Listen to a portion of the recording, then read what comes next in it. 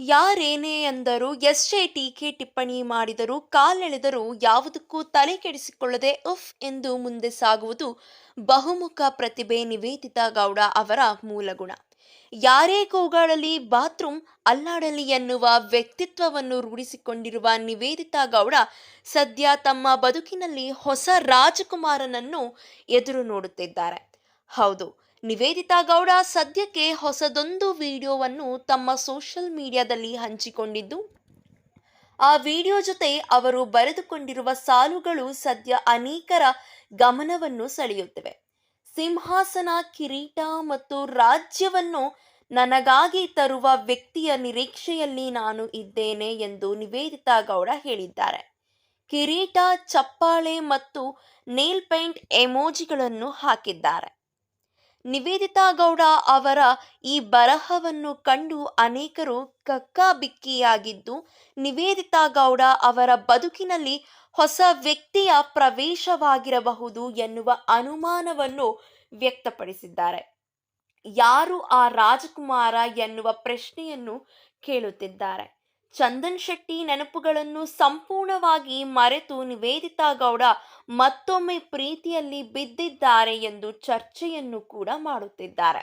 ಇನ್ನು ನಿವೇದಿತಾ ಗೌಡ ತಮ್ಮ best friend ಈ ವಿಚಾರವನ್ನು ಹೇಳಿದ್ದು ಎಂದು ಹೇಳಿದ್ದಾರೆ. ಆದರೆ ಆ ಬೆಸ್ಟ್ ಫ್ರೆಂಡ್ ಯಾರು ಅಂತ ಹೇಳಿಲ್ಲ. ಹೀಗಾಗಿ ಆ ಫ್ರೆಂಡ್ ನಿವೇದಿತಾ ಗೌಡ ಅವರ ರೀಲ್ಸ್ ಪಾರ್ಟ್ನರ್ ವಾಣಿಶ್ರೀ ಇರಬಹುದಾ ಎನ್ನುವ ಪ್ರಶ್ನೆ ಕೂಡ ಹಲವರನ್ನು ಕಾಡುತ್ತಿದೆ. ಇದರ ನಡುವೆ ನಿವೇದಿತಾ ಗೌಡ ಅವರ ಈ ವಿಡಿಯೋವನ್ನು ಮಾಡಿದ್ದು ಯಾರು ಎನ್ನುವ ಹುಳುವನ್ನು ಕೂಡ ಅನೇಕರು ಬಿಟ್ಟುಕೊಂಡಿದ್ದಾರೆ.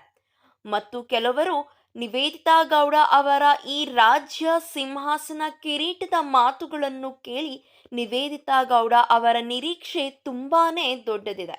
ಈ ಕಾರಣಕ್ಕೆ ಚಂದನ್ ಶೆಟ್ಟಿ ಅವರಿಂದ ಬಾರ್ಬಿ ಡಾಲ್ ದೂರವಾಗಿರಬಹುದು ಎನ್ನುವ ಶಂಕೆಯನ್ನು ವ್ಯಕ್ತಪಡಿಸಿದ್ದಾರೆ.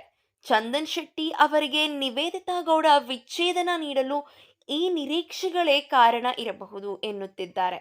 ಸಾಮಾನ್ಯ ವ್ಯಕ್ತಿಗಳಿಗೆಲ್ಲ ನಿವೇದಿತಾ ಗೌಡ ಸೊಪ್ಪು ಹಾಕಲ್ಲ ಎಂಬ ಅಭಿಪ್ರಾಯವನ್ನು ವ್ಯಕ್ತಪಡಿಸುತ್ತಿದ್ದಾರೆ. ಅಂದಹಾಗೆ ನಿವೇದಿತಾ ಗೌಡ ಕಳೆದ ವರ್ಷದ ಅಂತ್ಯಕ್ಕೆ ಹೊಸ ವರ್ಷ ಮತ್ತು ಕ್ರಿಸ್ಮಸ್ ಹಬ್ಬವನ್ನು ಆಚರಿಸಲು ಹೊರದೇಶಕ್ಕೆ ಪ್ರವಾಸಕ್ಕೆ ಹೋದಾಗ ಕಟ್ಟುಮಸ್ತಾದ ಯುವಕನೊಬ್ಬನ ಜೊತೆ ಬಾನಂಗಳದಲ್ಲಿ ಆಕಾಶಬುಟಿಯ ಉಡಾವಣೆಯನ್ನು ಮಾಡಿದ್ದರು.